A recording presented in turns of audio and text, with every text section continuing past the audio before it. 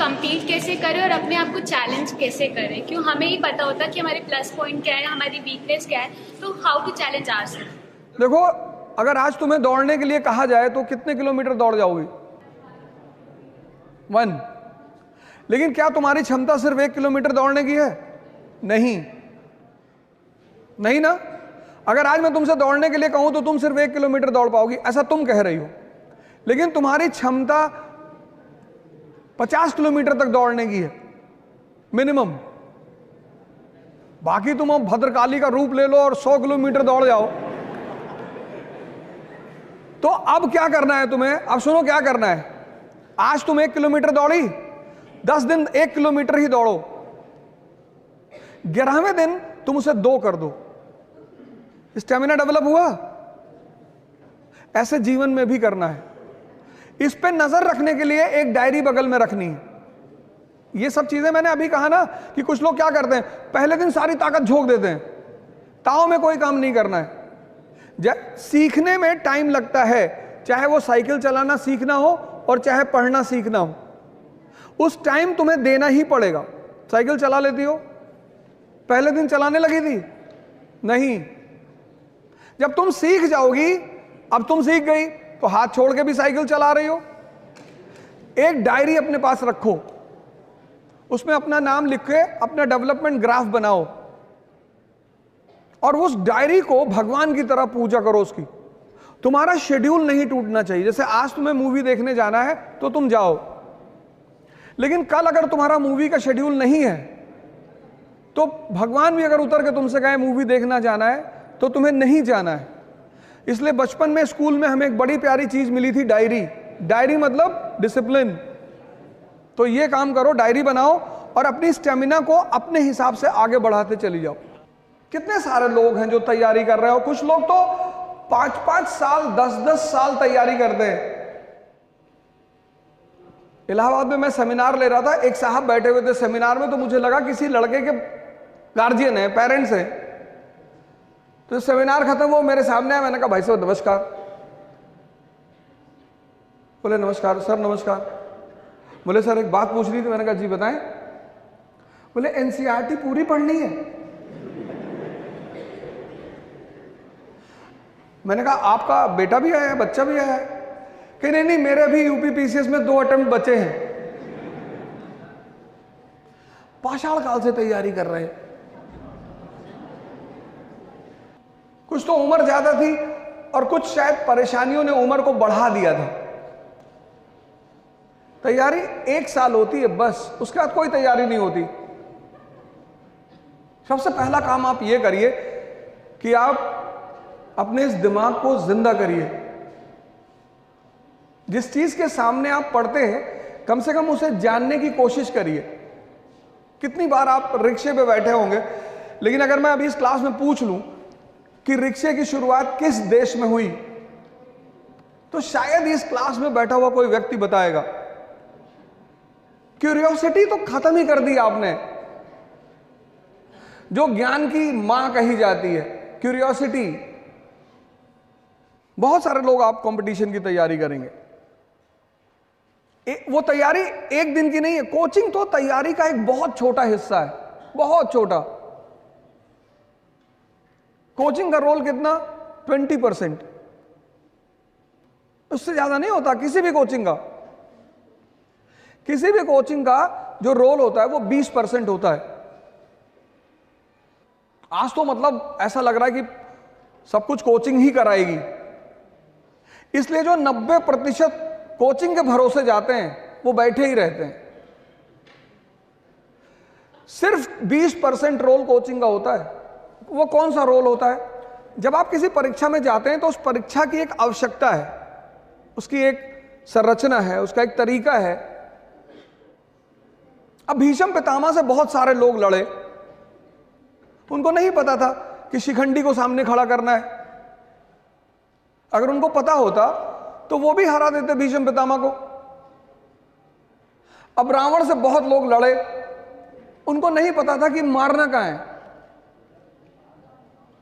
अगर एक बच्चे को पता होता कि रावण की जान नाभि में है, डाल के घुमा देता। किसी परीक्षा का एक अप्रोच होता है। आईएएस में प्रीलिम्स क्या है, मेंस क्या है, इंटरव्यू क्या है। कोचिंग आपको इस पैरामीटर पे पढ़ाती है, बस पहला काम ये करती है। दूसरा जो सबसे बड़ा काम करती है, जो उसका सबसे इंपॉर्टेंट काम है, वो है आपको 1 साल डिसिप्लिन में रख के तैयारी कराती है। आपको पता है कि आज क्लास में जाएंगे, आज 3 घंटे में ये चैप्टर पढ़ाया जाएगा। जो सर अभी कह रहे थे कि मैंने अपने किसी वीडियो में कहा कि जो आदमी होमवर्क करेगा, होमवर्क का मतलब कंसोलिडेशन। आज के युवाओं में जो सबसे बड़ी कमी पैदा हो गई है, ज्यादातर उन्होंने मनन करना छोड़ दिया है। मनन और अध्ययन मनन के बिना निरर्थक है। और मनन आपका छीना किसने? कुछ समय तक तो टीवी ने छीना। और ये जो जहर आप हाथ में लिए हो, बड़ा अच्छी कंपनी है एप्पल। एक एप्पल हजरत आदम ने खाया था, तो जन्नत से जमीन पर आ गए थे। एक आप खा रहे हो। कोचिंग सिर्फ 2 काम करेगी। एक, आपको उस परीक्षा की संरचना से अवगत कराएगी कि साहब प्रीलिम्स में ऐसा होता है, इस तरह के क्वेश्चन बनते हैं, मेंस में ऐसा होता है, इंटरव्यू में ऐसा होता है। और दूसरी चीज, आपको पूरे साल डिसिप्लिन रखेगी। जैसे आप कॉलेज आते हो, आप डिसिप्लिन रहते हो, ऐसे वो आपको डिसिप्लिन रखेगी। और 10 महीने में पूरा सिलेबस 3 घंटे के हिसाब से खत्म करा देगी। और उस 10 महीने में आपकी मुलाकात कुछ अनुभवी टीचरों से होगी, जो उस विषय के लूप होल्स को समझते होंगे कि इस विषय को कैसे पढ़ा जाना चाहिए, इस विषय का इंपॉर्टेंस क्या है। आप किसी भी विषय को पढ़ो, सुन लो, इस सवाल का आंसर सुन लो। आप किसी भी विषय को पढ़ो, आप ये पहले पता करो कि इस विषय को क्यों पढ़ना है। आप पढ़ते हो रटने के लिए, आप पढ़ते हो नौकरी पाने के लिए, क्यों? अगर आज तुम पूरा नेशनल इनकम चैप्टर तैयार कर लो, तो तुम्हें यह पता चल जाएगा कि इस देश में कहां कहां से पैसा आ रहा है, क्या आमदनी का स्रोत है, कौन से सेक्टर हमारे वीक हैं, किन सेक्टरों पे हमें काम करना है, किसको हम मजबूत कर सकते हैं। किसी विषय को, जैसे जिसको ज्योग्राफी नहीं पता, वो इन्वेस्टमेंट कैसे करेगा? अगर तुम कश्मीर में जाके आइसक्रीम की फैक्ट्री लगा दो, तो ज्योग्राफी 2 पार्ट में डिवाइडेड है, एक फिजिकल, एक इकोनॉमिक, क्योंकि उसका सीधा संबंध है अर्थव्यवस्था से। आज तक औद्योगिक क्रांति अफ्रीका में नहीं हुई। बड़ा पैसा आया अफ्रीका में, मार्शल प्लान से पैसा आया, मोल्टोवा प्लान से पैसा आया, लेकिन वहां औद्योगिक क्रांति नहीं हुई, क्योंकि वहां इंफ्रास्ट्रक्चर का साधन नहीं है। 98% अफ्रीका प्लेटो है, नदियां वाटरफॉल बनाती हैं। I is equal to I, infrastructure is equal to industry. जहां इंफ्रास्ट्रक्चर नहीं होगी, वहां इंडस्ट्री की संभावना ही नहीं होगी। 1853 में पहली रेलवे लाइन बिछी कहां? मुंबई में। और 1854 में पहली कॉटन मिल लगी कहां? मुंबई में। देखो अंतर संबंध इंफ्रास्ट्रक्चर और इंडस्ट्री का।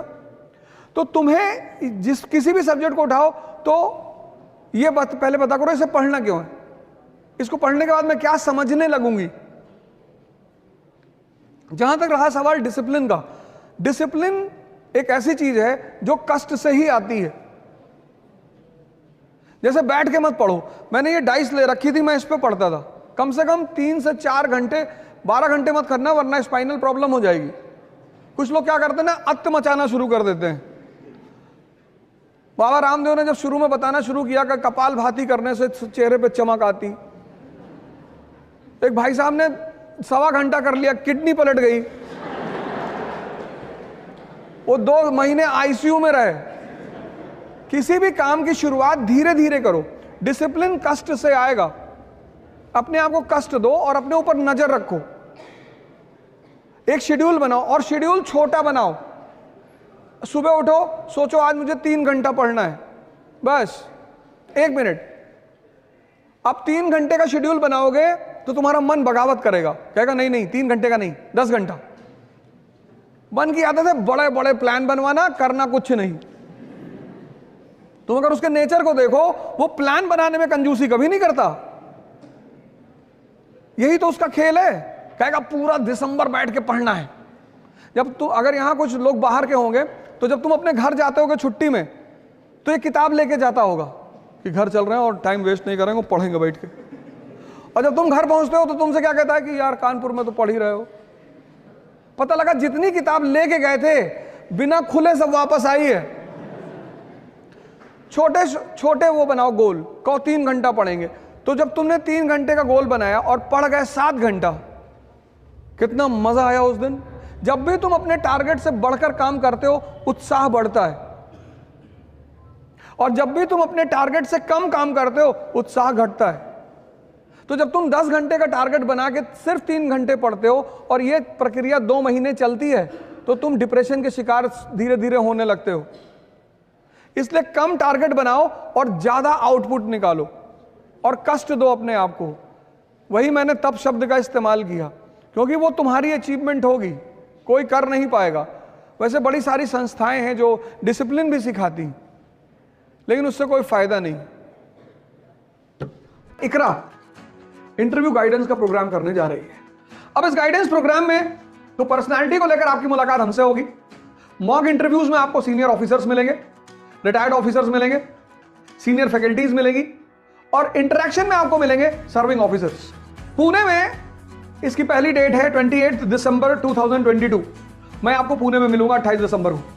दिल्ली में 22 and 29 January, JP Siddharth hotel Delhi. फिर दूसरा सेशन होगा 12 एंड 19 फरवरी 2023, जेपी सिद्धार्थ, वो पूसा रोड पे होटल है जेपी सिद्धार्थ। इसके लिए आपको एक छोटी सी फॉर्मल प्रक्रिया करनी पड़ेगी। जो भी लोग पुणे में मिलना चाहते हैं, दिल्ली में मिलना चाहते हैं, वो सारे लोग ऑनलाइन रजिस्टर करा लें और ये पूरा प्रोग्राम फ्री है। लेकिन आपको प्रोग्राम में आने से पहले रजिस्ट्रेशन कराना पड़ेगा इकरा की ऑफिशियल वेबसाइट पे। एक बार फिर से आपको congratulations, best of luck, thank you, जय हिंद।